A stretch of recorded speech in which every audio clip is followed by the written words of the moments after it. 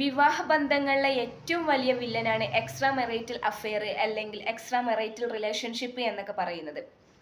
പഠനങ്ങൾ പറയുന്നത് സ്ത്രീകളെക്കാട്ടും എത്രയോ കൂടുതലാണ് പുരുഷന്മാർ എക്സ്ട്രാ മെറൈറ്റൽ റിലേഷൻഷിപ്പിൽ ഏർപ്പെടുന്നത് എന്നുള്ളതാണ്. അതിൽ കൂടുതലും, അതായത് 90% ഇമോഷണൽ അറ്റാച്ച്മെന്റും 10% മാത്രം സെക്ഷൽ പ്ലഷറിനും വേണ്ടിയിട്ടാണ് ഈ ഒരു എക്സ്ട്രാ മെറൈറ്റൽ റിലേഷൻഷിപ്പിൽ ഏർപ്പെടുന്നത്. സ്റ്റേൺബർഗിന്റെ ട്രയാങ്കുലാർ തിയറി പ്രകാരം ഒരു വിവാഹ ബന്ധത്തിൽ ലോങ് ലാസ്റ്റിംഗ് റിലേഷൻഷിപ്പ് ഉണ്ടാവണമെങ്കിൽ അവർക്കിടയിലെ ഇൻറ്റിമസിയും കമ്മിറ്റ്മെന്റും പാഷനും ഒക്കെ ഒരുമിച്ച് കൂടിയാലാണ് ഒരു ലോങ് ലാസ്റ്റിംഗ് റിലേഷൻഷിപ്പ് ഉണ്ടാവത്തുള്ളൂ. ഈ ഇൻറ്റിമസി എന്നതുകൊണ്ട് ഉദ്ദേശിക്കുന്നത് ഫീലിംഗ് ഓഫ് അറ്റാച്ച്മെന്റ് അല്ലെങ്കിൽ ക്ലോസ്നെസ് എന്നതിനെയാണ്. പാഷൻ എന്നതുകൊണ്ട് ഉദ്ദേശിക്കുന്നത് അവർക്കിടയിൽ ഉണ്ടാവുന്ന, അവർ എക്സ്പീരിയൻസ് ചെയ്യുന്ന ഫീലിങ്സിനെയും അതുപോലെ തന്നെ അവരുടെ ഇടയിൽ ഉണ്ടാവുന്ന റൊമാൻസിനെയൊക്കെയാണ് പാഷൻ കൊണ്ട് ഉദ്ദേശിക്കുന്നത്. കമ്മിറ്റ്മെന്റ് എന്നതുകൊണ്ട് ഉദ്ദേശിക്കുന്നത് അവർക്കിടയിൽ ഉണ്ടാവുന്ന ക്വാളിറ്റി ഓഫ് ടൈം, അവർ ഷെയർ ചെയ്യുന്ന കാര്യങ്ങൾ, അവർ ഒരുമിച്ചെടുക്കുന്ന ഡിസിഷൻസ്, ഇത്തരം കാര്യങ്ങളൊക്കെയാണ്. ഈ ഒരു 3 കാര്യങ്ങൾ, അതായത് ഇൻറ്റിമസി, പാഷന്, കമ്മിറ്റ്മെന്റ്, ഇതെല്ലാം കൂടി ചേരുമ്പോഴാണ് ഏതൊരു റിലേഷൻഷിപ്പിനും ഒരു ലോങ് ലാസ്റ്റിംഗ് റിലേഷൻഷിപ്പ് ഉണ്ടാവുക. ഈ ഒരു 3 ഏതിനെങ്കിലും ഒരു വ്യതിയാനം വന്നാൽ, അല്ലെങ്കിൽ എന്തെങ്കിലും ഒരു വ്യതിയാനം വന്നാലാണ് മിക്ക സ്ത്രീകളും പുരുഷന്മാരും ഒക്കെ എക്സ്ട്രാ മെറൈറ്റൽ റിലേഷൻഷിപ്പിലോ എത്തിപ്പെടുന്നത്. മെറൈറ്റൽ റിലേഷൻഷിപ്പ് എന്ന് പറയുന്നത് 4 രീതി അല്ലെങ്കിൽ 4 ടൈപ്പായിട്ടാണ് കാണപ്പെടുന്നത്. നമ്മുടെ അടുത്ത് വരുന്ന അല്ലെങ്കിൽ ക്ലിനിക്കിൽ വരുന്ന കേസിൽ അധികം ആളുകളും പറയുന്ന ഒരു പ്രശ്നമാണ്, എനിക്കൊന്ന് മനസ്സ് തുറക്കാൻ വേണ്ടി, എന്നെ കേൾക്കാൻ വേണ്ടിയിട്ടാണ് ഞാൻ ഈ ഒരു റിലേഷൻഷിപ്പ് കൊണ്ടുപോകുന്നത് എന്നുള്ളത്. അതായത് തൻ്റെ പാർട്ട്ണർ, ഹസ്ബൻഡ് ആവട്ടെ വൈഫ് ആവട്ടെ, അവർ എൻ്റെ പ്രശ്നങ്ങൾ കേൾക്കുന്നില്ല, എൻ്റെ സങ്കടങ്ങൾ അറിയുന്നില്ല, എൻ്റെ ജോബ് സ്ട്രെസ് അവരോട് പറഞ്ഞാൽ മനസ്സിലാവുന്നില്ല, ഞാൻ പറയുന്നത് അവർ കേൾക്കാൻ റെഡിയല്ല എന്നുള്ളൊരു കാര്യവുമായിട്ടാണ് നമ്മൾ എടുത്തു വരുന്നത്. ഇതിനെയാണ് ഇമോഷണൽ അഫെയർ എന്ന് പറയുന്നത്. അതായത് അവർക്ക് ഈ ഒരു സമയത്ത് സെക്ഷൽ അഫെയറോ സെക്ഷൽ പ്ലഷറോ ഒന്നും ഈ ഒരു എക്സ്ട്രാ മെറൈറ്റൽ റിലേഷൻഷിപ്പിലൂടെ കിട്ടുന്നില്ല.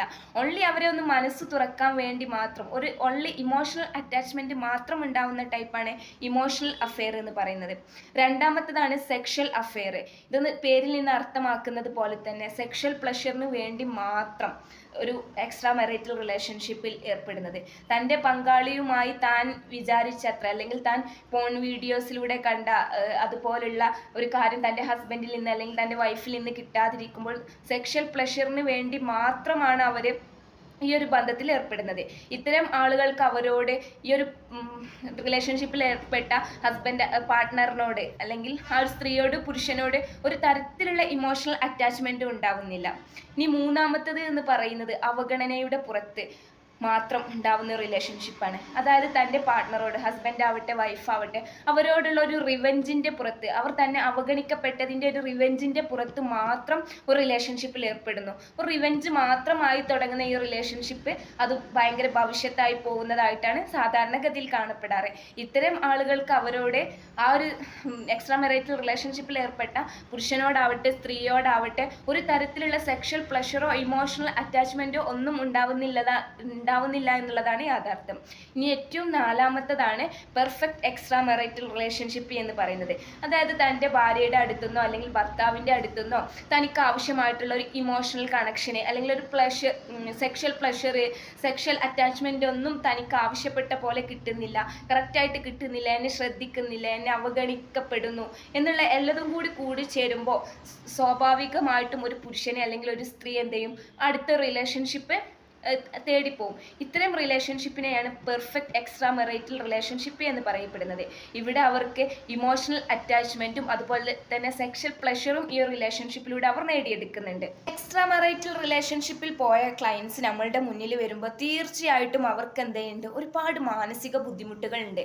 കാരണം അവരെ സംബന്ധിച്ചിടത്തോളം നമ്മൾ നേരത്തെ പറഞ്ഞ ഈ 4 ടൈപ്പിൽ ഏതെങ്കിലും ഒരു ടൈപ്പായിരിക്കും. ചിലപ്പം റിവെഞ്ച് മാത്രമായിരിക്കും, ചിലപ്പം ഇമോഷണൽ അഫെയർ മാത്രമായിരിക്കും, ചിലപ്പം സെക്ഷൽ അഫെയർ മാത്രമായിരിക്കും. പക്ഷെ അവർക്ക് തൻ്റെ പാർട്ട്ണർ, തൻ്റെ കൂടെയുള്ള റിയൽ ലൈഫിലെ പാർട്ട്ണറുമാർക്ക് അവർക്ക് ഒരു കണക്ഷൻ ഉണ്ടാവും താനും. അപ്പം ഈ ഒരു സമയത്ത് അവർ നേരിടുന്ന ഒരുപാട് മാനസിക ബുദ്ധിമുട്ടുകളുണ്ട്. അതുപോലെ തന്നെ ഈ ഒരു സമയത്ത് അവർക്ക് തൻ്റെ പാർട്ട്ണറിൽ ഒരു ട്രസ്റ്റ് കുറയാനുള്ള സാധ്യതകളുണ്ട്. അവർക്കൊരു വാക്ക് തർക്കങ്ങൾ ഉണ്ടായി ആങ്കർ മാനേജ്മെന്റ് കൊടുക്കേണ്ട സമയങ്ങളുണ്ട്. അതുപോലെ ഇത് ഏറ്റവും കൂടുതൽ ബാധിക്കുന്നത് അവരുടെ സ്വന്തം മക്കളെയാണ് എന്നുള്ളതും കൂടെ ഒരു റിയാലിറ്റിയാണ്. അപ്പം ഈ ഒരു സമയത്താണ് ഇവിടെ സൈക്കോളജിസ്റ്റിൻ്റെ അല്ലെങ്കിൽ ഒരു തെറാപ്പിസ്റ്റ് തെറാപ്പിസ്റ്റിൻ്റെ ഹെൽപ്പ് തേടുക എന്നുള്ളത് ഭയങ്കരമായിട്ട് അനിവാര്യമുള്ള കാര്യമാണ്. കാരണം തെറാപ്പിസ്റ്റിനെ സംബന്ധിച്ചിടത്തോളം അവരൊരിക്കലും ജഡ്ജ്മെൻ്റൽ ആവാതെ ഈ കാര്യങ്ങളോട് കോപ്പപ്പ് ചെയ്ത്, അല്ലെങ്കിൽ ഇവർക്ക് ഈ ഒരു സമയത്ത് ആവശ്യമായിട്ടുള്ള മാനസിക സപ്പോർട്ടും ഇവരുടെ ഇടയിലുള്ള ഒരു ഇൻറ്റിമസിയും കമ്മിറ്റ്മെൻറ്റും പാഷനൊക്കെ ഒന്ന് കണക്ട് ചെയ്ത് അവർ ബാക്ക് ടു അവരുടെ ഒരു റിയൽ ലൈഫിലോട്ട് വരാനുള്ള എല്ലാ ഹെൽപ്പും തേടുക എന്നുള്ളത് ഒരു തെറാപ്പിസ്റ്റിൻ്റെ ഡ്യൂട്ടിയാണ്. അപ്പം ഇത്തരം ആളുകൾ നിങ്ങളുടെ ബന്ധുക്കളിലോ അല്ലെങ്കിൽ നിങ്ങളുടെ ഫ്രണ്ട്സിൽ ആരെങ്കിലും ഇത്തരം ആളുകൾ എക്സ്ട്രാ മെറൈറ്റൽ റിലേഷൻഷിപ്പ് കാരണം മാനസിക ബുദ്ധിമുട്ട് അനുഭവപ്പെടുന്ന, ഇത് മാറ്റിയെടുക്കണം എന്നും അവരുടെ ഉള്ളിലൊക്കെ അതിയായിട്ടുള്ള ആഗ്രഹം ഉണ്ടാകും. പക്ഷെ നമ്മൾ പറഞ്ഞ ഈ 4 ടൈപ്പിൽ ഏതെങ്കിലും ഒരു ടൈപ്പിൽ അവർ കുടുങ്ങിപ്പോയിട്ടുണ്ടാവും. അപ്പം ഇത്തരം ആളുകൾ നിങ്ങളുടെ അടുത്തുണ്ടെങ്കിൽ തീർച്ചയായിട്ടും ഒരു തെറാപ്പിസ്റ്റിനെ അല്ലെങ്കിൽ ഒരു സൈക്കോളജിസ്റ്റിനെ അപ്രോച്ച് ചെയ്യുക.